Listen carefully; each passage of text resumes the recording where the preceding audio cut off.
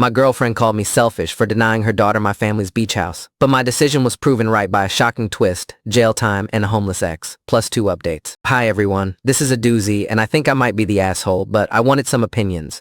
I am a 48 male who inherited a beach house from my grandfather.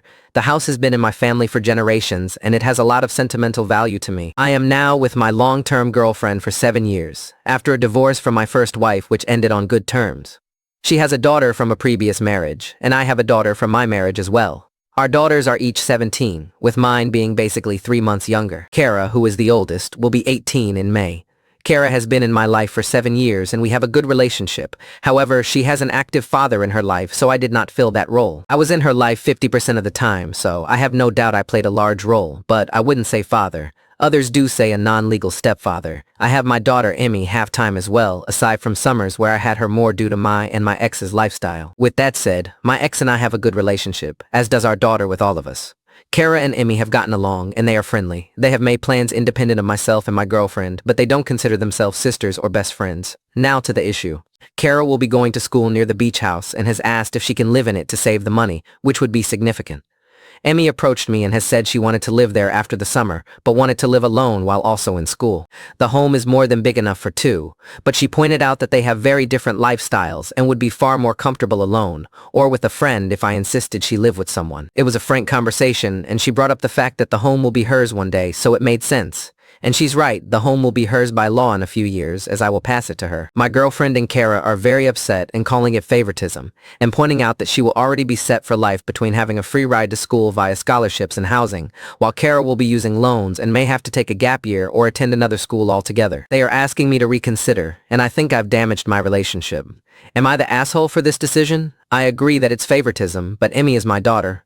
Of course I'm going to favor her, right? Update. I spoke to Emmy and her mom and let them know where I stood, and that was beside Emmy, but I also felt that Kara and her mom deserved a genuine conversation. The conversation was this past Friday. The talk started out okay. Obviously, there were some emotions, but I started the conversation with telling everyone there would be no yelling and tears would not be used to influence anyone. After it was all said and we began, I just proposed the situation as, this is a second home that I own fully and outright. It will be Emmy's fully, legally, and in name in a few years, but as of today, it is mine.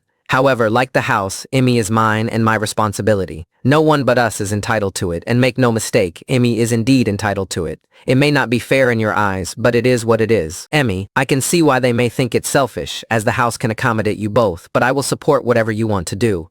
This is not a discussion to change your mind, but to better understand it. It started pretty bluntly from Emmy and her mom saying they didn't understand why she didn't want her to live there, as this would dictate a huge part of her future. The answer was half expected, and the other half hard for everyone to swallow. Emmy said she didn't trust Kara to actually focus on school and not make the home into a party house. She point-blank asked Kara if she could actually accept not having guests over. Kara said something like, a few people, 2 or 3 days a week wouldn't be a problem. The answer should have been yes.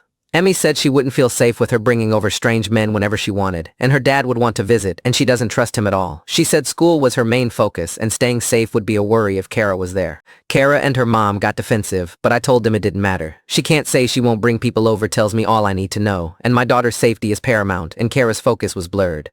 Socializing is fine, but perhaps I was wrong and it had gotten out of hand. I told my girlfriend that as her mother, she would have to address that, and that whatever the plan would be for Kara's schooling, had she not ever met me, would have to be her course of action.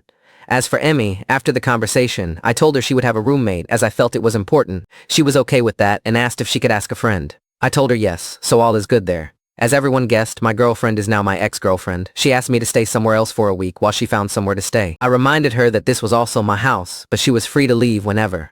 She ended up going to stay with a coworker, but something happened. She asked to come back, but I told her it wouldn't be wise. That's the update. My daughter is happy. I'm better than I thought I would be. Today's a new day. My ex will figure it out, and Kara has time to learn and grow. Update. To make a very long story short, this was not the full conclusion that I thought it would be. I'm not super familiar with Reddit, and I thought that update was deleted or not posted by the moderators. Kara is now in jail. She was picked up in a stolen Kia by some friends, and they used the car to break into a pawn shop. I couldn't tell you what was stolen or how much was stolen, but some football cards were taken, and I guess they were worth more than the car and building damage. I understand people will say a lot about this, but I can honestly say she never did anything remotely like this. The worst I think I saw her do was break a dish on purpose when she was 13. My ex, well, she's living at a shelter now. She was not cheating on me, and I never thought she was. That was just people making leaps. Unfortunately, the woman she was living with asked her to join her and her husband for activities after moving in. She felt she had to do it for a place to live, and she regretted it. She told people at work and was terminated after refusing a transfer. My daughter and I are good, but mentally shaken.